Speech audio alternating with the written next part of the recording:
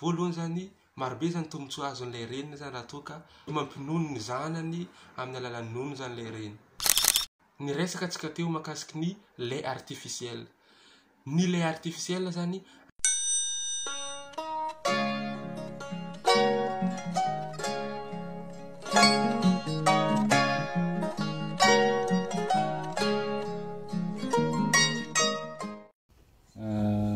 mbola faly miaravantsika rehetra mpanaraka ny pejy ny tenako. Androantsika manana vahiny misy namana nasaina zany nasaiko manokana zany izy satria sara zavatra zava-dehibe sarobidy amintsika amin'izay hoe fananana zanaka zay. Resaka mahakasika ny fampinonoana amin'ny amin'ny Nonon-dreny resahana eto. Resahana eto ny tombontsoa azo avy amin'izany ary ny fampinonoana dia misy tombontsoa azonao reny mampinono indrindra ho an'ny zanantsika.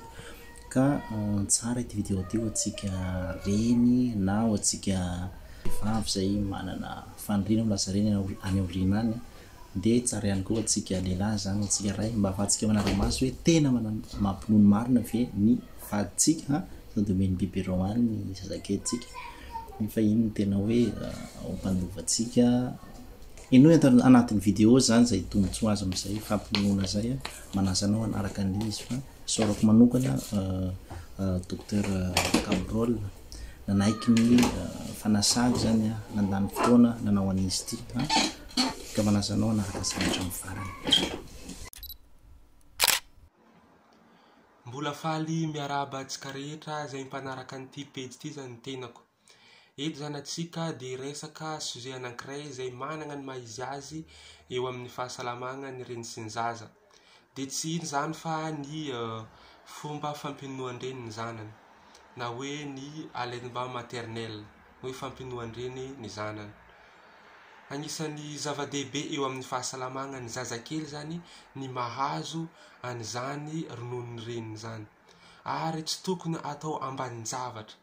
Zay zany voalohany tokony fantatsika fianakaviana na atsika zay mbola ho reny na atsika zay efa reny zany, tsy tokony atao ambanin-javatra ny fanomezana ny nonontsika na ny rononontsika ho an'ilay zanantsika mbola voteraka na amin'ny fotoanan'izy mbola zazakely reny. Mandritra ny fotoana ohatra nahoana moa ny tokony anomezana any zazakely anankiray zany ny rononony reniny. Voalohany zany misy période anankiroa zany raha toa ka zarentsika ohatran'izay izy.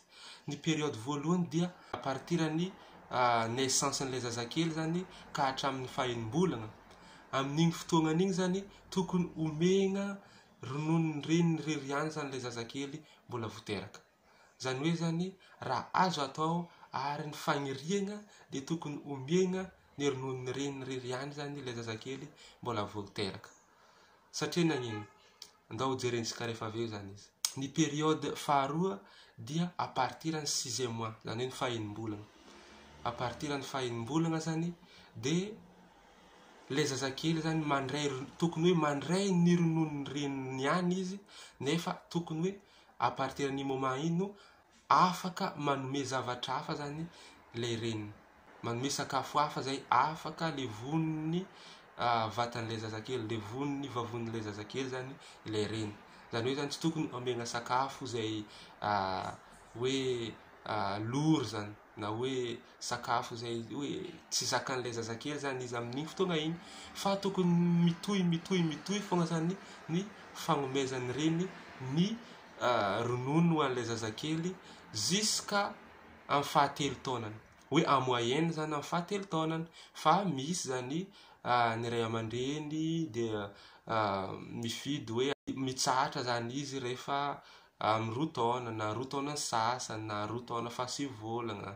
Dia amin'ny fotoanan'igny zany arakaraka ny tohim-pahasalamagna sy toe-batagna ilay zazakely zany tokony hoe amantarana hoe amin'ny fotoana ohatra nahoana no ahafahantsika hoe mampitsahatra ny allaitement maternel, zany hoe zany ny fampinonoan-dreny ilay zaza zany. Fa en moyenne zany tokony hoe eo amin'ny fahatelo taonan'ilay zazakely zany hoe zay vao hoe tokony atsahatra zany ny fanomezana ny rononony reniny. Dia jerentsika zany ny tombontsoa azo avy amin'izany fampinonoan-dreny zany satria hita amin'izao fotoagna fa marobe zany ireo reny izay miantehatra amin'ny lait artificiel na koa ny lait de vache. Regny zany tsy hoe izy regny ratsy fa ny tokony atao zany amin'ny période voalohany izay nitenenako teo, zany hoe à partir de la naissance jusqu'à amin'ny fahenim-bolana dia tsy tokony omena aniregny zany le zazakely fa tokony omena ny rononon-dreny ihany. Fa après zany hoe amin'ilay période faharoa dia afaka omena aniregny zany ilay zazakely fa tokony magnaraka principe vitsivitsy. Ka ny principe zay araigna dia ny dokotera na ireny mpiandraikitra ny ara-pahasalamagna regny zany no afaka manome torohevitra zany ho an'ilay reny hoe ahoana ny tokony atao raha toa ka hoe te hanome zavatra hafa zany ankoatran'ny rononon-dreniny ilay reny à partir ny fahenim-bolana. Amin'izao fotoagna zany misy zany ireo olo zay hoe misafidy ny hanome lait artificiel. Ny lait artificiel zany dia regny ronono zay vokarin'ny industrie regny, vokarin'ny manokana zany regny hoe remplacena ny lait maternel. Fa tsy misy mahasolo zany lait maternel. Zay zany zavatra hita. Na dia eo aza ny évolution-ny fikarohana zany fa hita hoe tsy misy mahasolo zany ny rononon-dreny. Ka zay zany tokony fantatsika manomboka androany hoe tsy tokony ataontsika tsinitsiny zany ny manome ny rononon-dreny, hoe manome an'ilay zazakely zany ny ronono avy amin'ny renin-dreny ihany. Ka ny tombontsoa zany, ny tombontsoa voalohany misy tombontsoa azon'ilay zazakely ary misy koa zany tombontsoa azon'ilay reny. Voalohany zany dao resantsika ny tombontsoa azon'ilay reny zany. Voalohany zany marobe zany tombontsoa azon'ilay reny zany raha toa ka mampinono ny zanany amin'ny alalan'ny nono zany ilay reny. Voalohany miaro ilay reny tsy ho tratrany cancer du sein par la suite zany fampinonoan-dreny ny zanany zany. Cancer du sein et aussi cancer de l'ovaire. Zany hoe zany reny aretiny homamiadan'ny nono sy homamiadan'ny ovaire zany. Miaro an'ilay reny zany hoe mampidina ny risque tsy azahoan'ilay reny zany cancer zany. Zay zany voalohany tombontsoa. Tombontsoa faharoa zany hoe rehefa teraka zany ilay zazakely dia ambony be zany ny probabilité an'ilay tranon-draza zany hoe andera par la suite satria zany naratra zany izy nandritra ny fotoagnany fahateran'ilay zazakely zany, nandritra ny accouchement zany hoe nisy faharatrana zany tao agnatin'ny ilay tranon-draza satria zany ilay tavony ny esoriny tao, ilay zazakely ny esoriny tao dia marobe zany ny zavatra hoe simba zany eo amin'ny tissu an'ilay tranon-draza. Ka ny fampinonoan-dreny ny zanany aoregnan'ny fahateran'ilay zazakely dia miaro an'ilay reny zany tsy ho tratrany ce qu'on appelle l'hémorragie postpartum. Agnisan'ny fomba anankiray naturellement miaro an'ilay reny zany tsy ho tratrany zany hémorragie postpartum zany ny fampinonoan-dreny ny zanany zany. Dia fahatelo magnarak'izay zany miaro an'ilay reny koa zany hoe mampidina ny risque ny dépression postpartum, c'est-à-dire hoe tsy ho tratran'ilay dépression aorian'ny fahaterana zany ilay reny raha toa ka mampinono zany amin'ny araka ny tokony ho izy dia mihegny, tegna mihegny ny risque tsy hahatratraran'ilay reny ny dépression postpartum. Dia anisan'ny mampiakatra ny affection an'ny reny ho an'ilay zazakely koa zany ny fanomezana ny nono ho an'ilay zazakely zany. Zany hoe zany mampiakatra ny fitiavana hoe zany voamaika zany ilay reny tia ho tiako koa zany ilay zanany zany raha toa ka zany manome an'ny nonony ho an'ny zazany zany. Ireny zany agnisan'ny avantage na ny tombontsoa azon'ilay reny zany raha toa ka mampinono ny zanany zany ilay reny.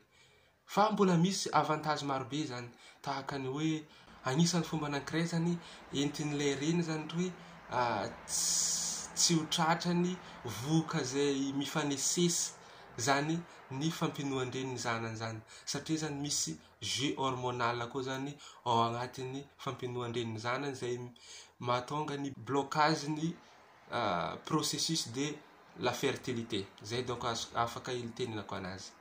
De eto zany jerentsika zany ny tombontsoa azon'ilay zazakely zany raha toa ka mandray ny ronono avy amin'ilay reniny zany ilay zazakely.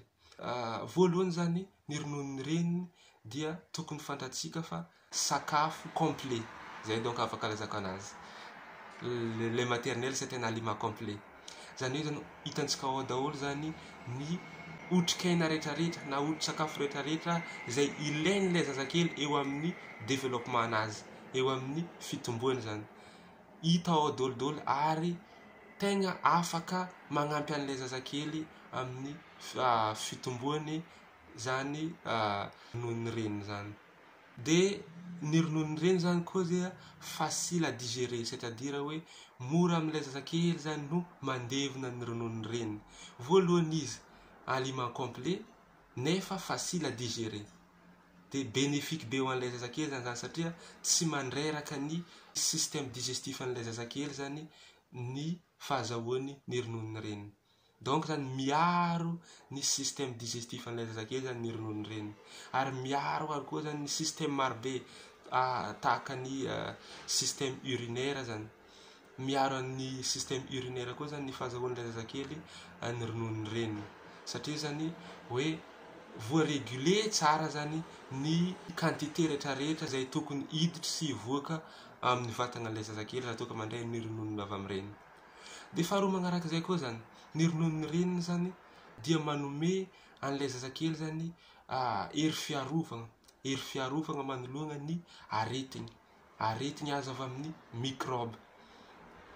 Hoe marobe zany ny aretigny azo avy amin'ny microbe izay mety ahazo an'ilay zazakely satria ilay zazakely zany rehefa teraka dia fragile be zany ny système immunitaire an'ilay zazakely. Ka noho izy fragile zay zany dia moramora koa zany amin'ilay zazakely mandray aretigny, surtout ny aretigny azo avy amin'ny microbe izay mitouché ny taovam-pisefoana, surtout ny taovam-pisefoana izay eo ambony na hoe ny voie aérienne supérieure. Mora koa zany ho tratran'ny aretigny azo avy amin'ny regny microbe regny zany ny voie aérienne supérieure raha toa ka ilay zazakely tsy mandray ny rononon-dreny. Fa ny fandraisana ny rononon-dreny dia magnampy azy amin'ny fagnatsarana ny système immunitaire an'ilay zazakely zany hoe mirenforcer zany ilay système immunitaire an'ilay zazakely zany ny fandraisany ny rononon-dreny satria be dia be zany ny anticorps izay hita ao agnatin'ny rononon-dreny. De ankoatran'izay koa zany agnisany mampiakatra ny niveau de développement neurologique an'ilay zazakely zany ny fahazahoan'ny rononon-dreny. Araka ny teneniko teo, ny rononon-dreny dia aliment complet, c'est-à-dire hoe ny nutriments rehetrarehetra izay ilain'ny zazakely eo amin'ny fitomboana zany na fitomboana ara-baty na ara-tsaina dia hita ao, surtout amin'ny taonany io. Ka zavatra tsapa hoe hita fa zazakely anankiray izay mandray ny rononon-dreny dia manana développement neurologique plus rapide par rapport amin'ilay zazakely izay tsy mandray rononon-dreny zany mandritra ny fotoana izay efa niresantsika teo igny.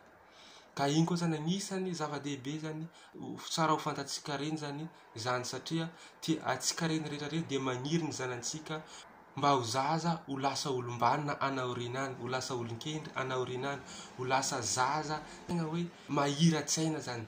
De agnisan'ny fagnirentsika reny zany ny mahita ny zanantsika ohatran'izay anaorinany. Ka agnisan'ny zavatra anankiray zany mahatonga ilay zazakely zany ho lasa zaza mahira-tsaina no fahazahoany ny rononon-dreny. De magnarak'izay koa zany agnisan'ny miaro an'ilay zazakely tsy ho tratrany ny aretigny, ce qu'on appelle les allergies, ny fahazahoan'ny rononon-dreny. Ny resaka antsika teo makasiky ny lait artificiel. Ny lait artificiel zany agnisan'ny facteur anankiray izay mahatonga ny allergie eo amin'ny zazakely anankiray ka mety andratra ny fiainana anaorinany zany ny fisian'izany allergie zany. Ka miaro an'ilay zazakely zany tsy ho tratrany allergie zany, surtout allergie alimentaire zany ny fahazahoan'ilay zazakely ny rononon-dreny. Ka regny zany tombontsoa vitsivitsy, mbola marobe zany ny tombontsoa azo avy amin'izany fampinonoan-dreny zany. fa regny resy zany dia afaka entinay zany mampirisika atsika reny tsy inégligé na hoe anao ambanin-javatra ny fampinonoana ny zazakely, ary tokony ataontsika priorité mihitsy zany eo amin'ny zanakatsika ny mahazo ny ronono avy amintsika zany. De zavatra zay tsy mbola niteneniko teo hoe misy toe-javatra vitsivitsy zany mety ahatonga ny reny anankiray tsy afaka anome ny nonon-dreny zany ho an'ny zazakely. Fa izany toe-javatra zany tegna hoe toe-javatra hoe rara zany, satria ny reny anankiray izay hoe tratran'ny VIH sida dia sakanana zany izy tsy hanome nono ho an'ny zanany zany, fa ilay zazakely zany tokony mandray substitut, c'est-à-dire hoe lait artificiel à base de lait de vache na ronono à base ny zavatra hafa zany. De amin'ny ankapobeny zany tsy misy sakana anakana ny reny anankiray tsy hanome ny ronono ho an'ny zanany zany, satria tegna hoe araka anteneniko hoe zava-dehibe eo amin'ny fahasalamagna ny zazakely zany.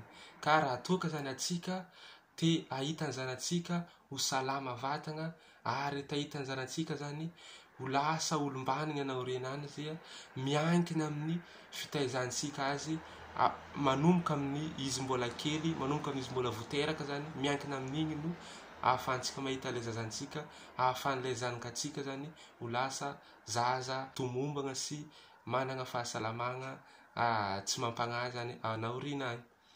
Ka izay sy zay zany ny zavatra izay entinay zany ampitaina amintsika amin'ity androany ity mahakasika ny allaitement maternel na ny fampinonoan-dreny ny zanany, tadidio fa tsy misy mahasolo ny rononon-dreny.